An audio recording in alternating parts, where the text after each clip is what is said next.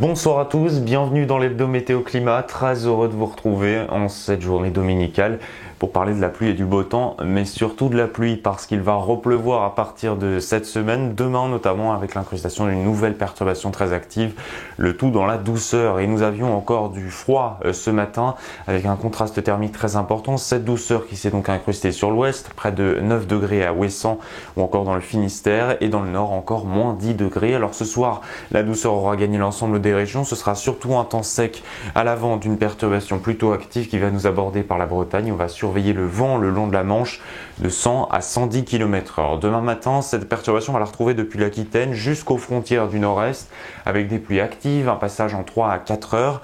Et à l'arrière, eh bien, ce sont des averses orageuses qui vont s'infiltrer par le nord-ouest du territoire avec localement du grésil. Ce sera le cas aussi dans l'après-midi, mais surtout de fortes rafales de vent, 70-90 km/h. Et dans l'après-midi, on va surveiller les chutes de neige près des Alpes de 1500 à 1800 mètres d'altitude pour les plus hautes et ce risque d'avalanche. Restez bien vigilants, les températures du matin, elles sont encore assez froides dans le sud-est de la France, moins 1 degré attendu à Grenoble, 0 à Aurillac. Vous aurez tandis de la douceur, c'est vrai, dans le nord-ouest du pays, 11 degrés en Bretagne. Et dans l'après-midi, cette douceur va gagner l'ensemble ouest de la France, 15 degrés attendus.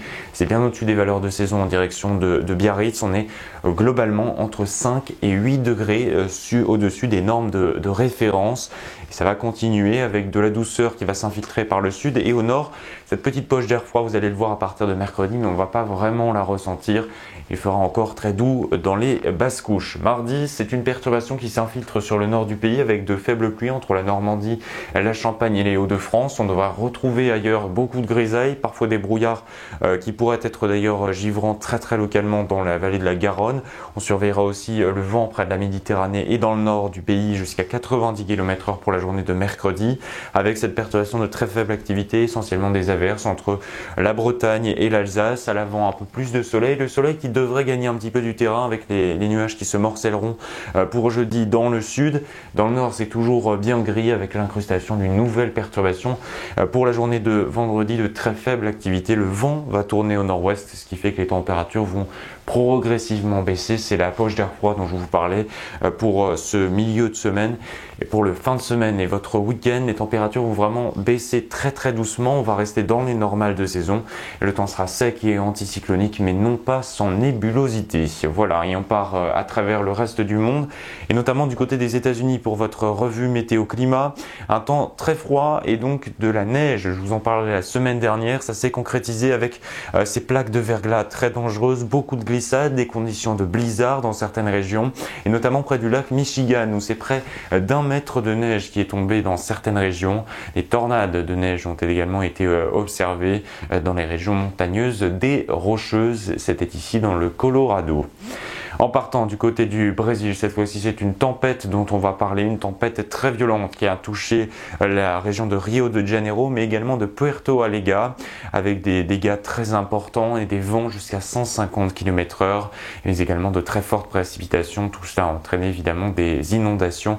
Plusieurs personnes sont décédées dans le pays. En Europe de l'Ouest, vous l'avez senti cette semaine, c'est la neige qui est tombée, on en parlait en début de ce bulletin. La neige qui a parfois fait des dégâts assez lourds sur les infrastructures, mais également sur les voitures. Et le verglas qui a dû pousser les pompiers de cette ville allemande à se traîner à genoux. Mais de nombreux accidents ont également eu lieu aux Pays-Bas, notamment vous voyez avec ces cyclistes. Des épisodes hivernaux qui ne remettent pour autant pas en cause le changement climatique qui se concrétise d'ailleurs de plus en plus ces dernières années. Regardez notre panneau de bord, plus 1,21 degrés par rapport à la normale pré-industrielle, ça c'est à l'échelle mondiale. Et on remarque aussi ces warming stripes dessinés par Ed Hawkins. Ed Hawkins qui n'a pas pu réactualiser l'échelle cette année à cause de l'année 2023 qui a battu tous les records et qui est même sorti de l'échelle de couleurs.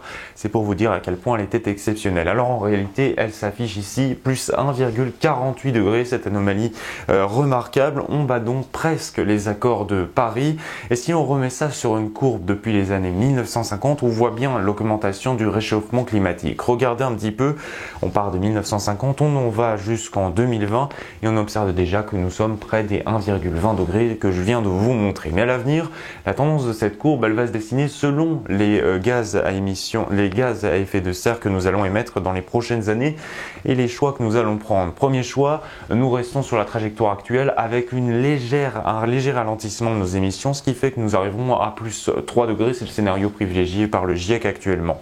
Mais deux sorties de route sont possibles. Une sortie où nous baissons drastiquement nos émissions de CO2, nous arriverons donc au niveau actuel de température en 2100, mais un scénario beaucoup plus pessimiste qui voit dépasser les plus 5 degrés d'ici la fin du siècle. Et à partir de plus 4 degrés, je tiens à le dire, c'est que l'humanité est en danger d'extinction. Il faudra donc rester vigilant. Alors en tout cas, les plus 1,5 degrés, ils semblent inéluctables parce que les accords de Paris, eh bien on s'y prend trop tard pour les respecter. Demain, nous serons en tout cas le lundi 22 janvier, nous fêterons les 20 ans, nous gagnerons 3 minutes de luminosité à nouveau. Je vous souhaite une excellente soirée, je vous retrouve avec plaisir le week-end prochain. Passez aussi une très belle semaine.